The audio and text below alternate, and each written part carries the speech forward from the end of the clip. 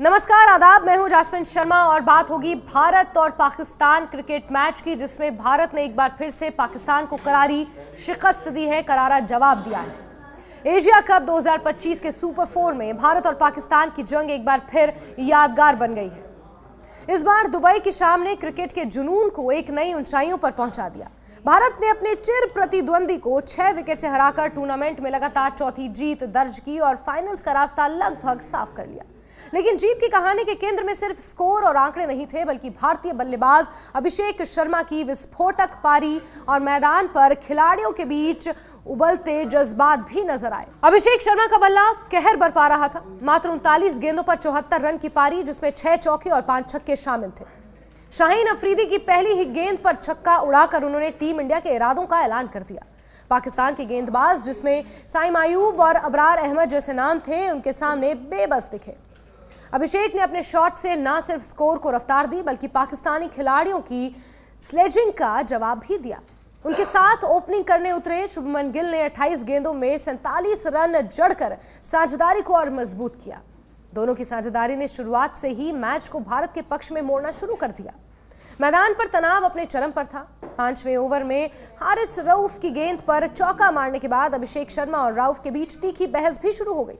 पाकिस्तानी खिलाड़ी लगातार उकसाने वाली बातें कर रहे थे, जिसका जवाब अभिषेक ने बल्ले से देने का फैसला किया। उन्होंने ये खुलासा मैच के बाद किया, जब उनसे पूछा गया कि मैदान पर उनकी शांत छवि और आक्रामक बल्लेबाजी का राज क्या है। अभिषेक ने साफ कहा कि वो हम पर बेवजह हावी होने की कोशिश कर रहे थे, जो मुझे बिल्कुल पसंद नहीं आया। ऐसे में बेहतर था कि जवाब सिर्फ बल्ले से दिया जाए। टीवी कैमरों ने इस झड़प को कैद किया और सोशल मीडिया पर इन लम्हों की क्लिप्स अब वायरल हो रही हैं। शुभमन गिल भी अभिषेक के साथ खड़े नजर आए, जिसमें एक पल तो ऐसा आया कि अंपायर गाजी सोहेल को भी बीच में दखल देना पड़ा। भारत पाकिस्तान के मुकाबलों में खिलाड़ियों के बीच ऐसे तनाव आम है, लेकिन इस बार भारतीय बल्लेबाजों ने सिर्फ जुबान नहीं, बल्ले से भी तगड़ा जवाब दिया। पारी के अंत में तिलक वर्मा का भी योगदान खास रहा, जिन्होंने नाबाद 30 रन बनाए और भारत की जीत को सुनिश्चित किया। टीम इंडिया ने 171 रन के लक्ष्य को निर्धारित कर 20 ओवर से पहले ही हासिल कर लिया। पाकिस्तानी गेंदबाज हारिस रऊफ ने 2 विकेट लिए और फहीम अशरफ ने 1 सफलता पाई, लेकिन टीम इंडिया की बल्लेबाजी के तेवरों के सामने उनका हर प्लान फेल हो गया। पाकिस्तान की तरफ से फरहान ने 58 रन की पारी खेली, लेकिन उनके अलावा कोई बल्लेबाज बड़ी पारी नहीं खेल पाया। भारत ने गेंदबाजी में भी कमाल दिखाया। शिवम दुबे ने 2 अहम विकेट लेकर पाकिस्तानी पारी को थाम लिया। मैच के आखिरी में खिलाड़ियों के हाथ मिलाने का वो पारंपरिक दृश्य नजर नहीं आया। भारतीय खिलाड़ियों ने केवल अंपायरों और अधिकारियों के साथ हाथ मिलाया और पाकिस्तान की टीम की ओर देखा तक नहीं। ये निश्चित ही दोनों टीमों के बीच चल रहे तनाव का एक अलग संकेत था।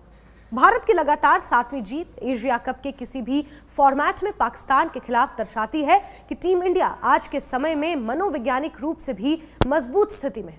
कप्तान सूर्य कुमार यादव की कप्तानी में टीम ने टॉस जीतकर गेंदबाजी का फैसला किया और शुरू से ही पाकिस्तान को जवाब देना शुरू कर दिया।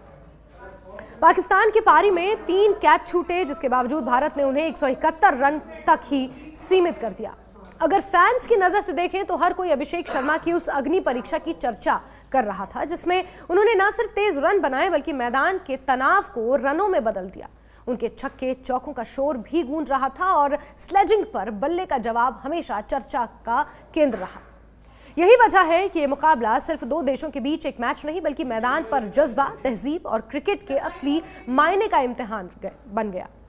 एशिया कप 2025 के सुपर 4 का ये मैच भारतीय फैंस के लिए भी यादगार रहेगा। टीम इंडिया ने अपनी मजबूती दिखा दी, पाकिस्तान के मनोबल को एक बार फिर से तोड़ दिया और अभिषेक शर्मा ने खुद को एक नए स्टार के तौर पर पेश किया।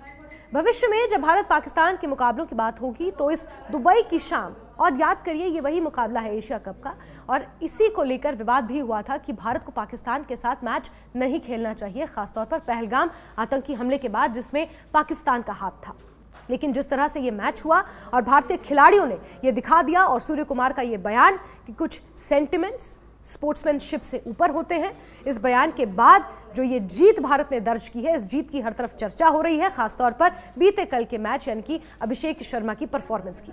अभिषेक की आतिशी पारी और मैदान पर झलकते जज्बात हर फैंस की यादों में बसे रहेंगे, और पाकिस्तान के खिलाड़ियों का किस तरह का रवैया था, ये दर्शाता है कि पाकिस्तान के गन कल्चर को भारत के रन कल्चर से एक तगड़ा जवाब मिला है।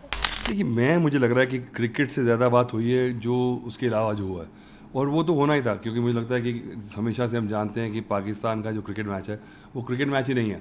पर वो ज़माना चला गया जब इंडियन प्लेयर्स इतना हवा बना के रखते थे। अब हम बहुत आगे निकल गए हैं, क्योंकि हमारे प्लेयर्स जो हैं उनको तसल्ली हो गई है, उनकी कैरियर में है, इंडिया तरक्की कर रहा है, तो वी आर वेरी सेटिस्फाइड, क्योंकि फाइनेंशियली साउंड है और इंडिया रूल कर रहा है क्रिकेट को फाइनेंशियली वर्ल्ड में जो हो रहा है।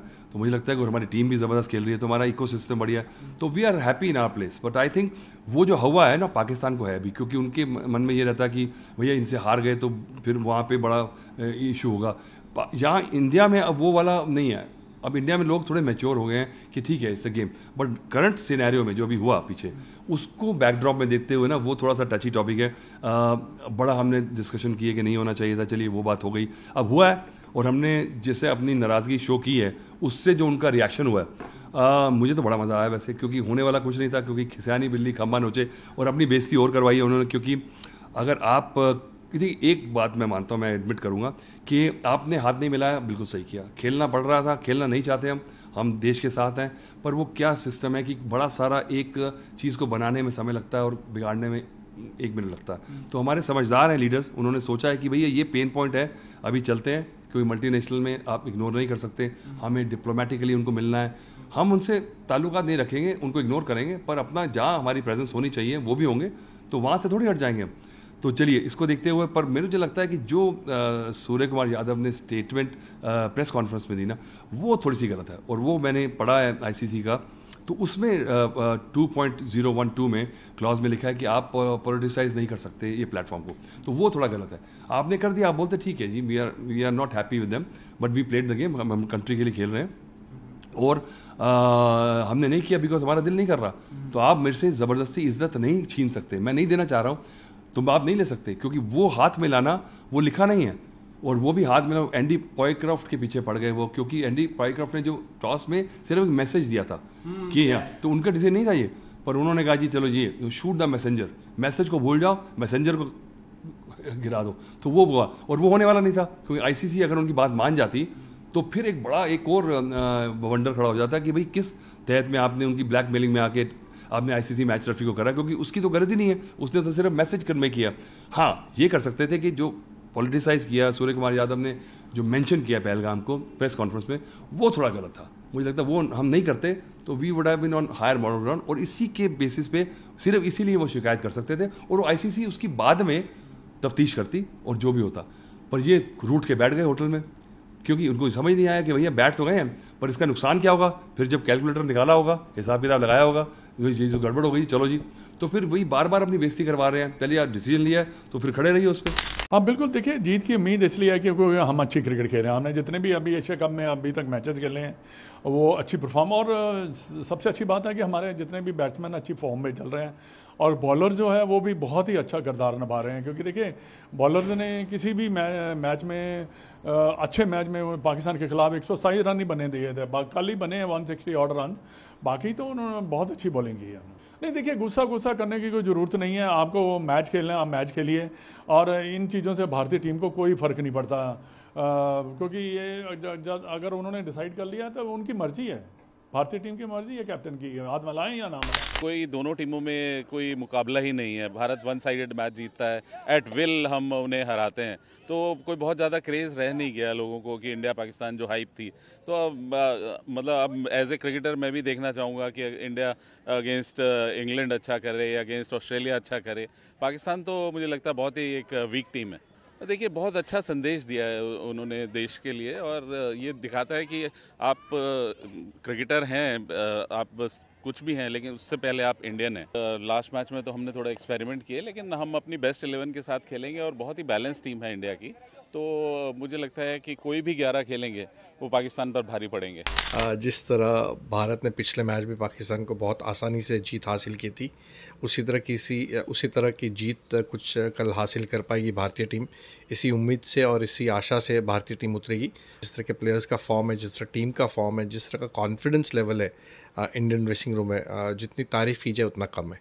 किसी भी प्लेयर को मौका मिलेगा वो बैंड बजाएगा पाकिस्तानी, क्योंकि बहुत वीक नज़र आ रही है पाकिस्तान की टीम।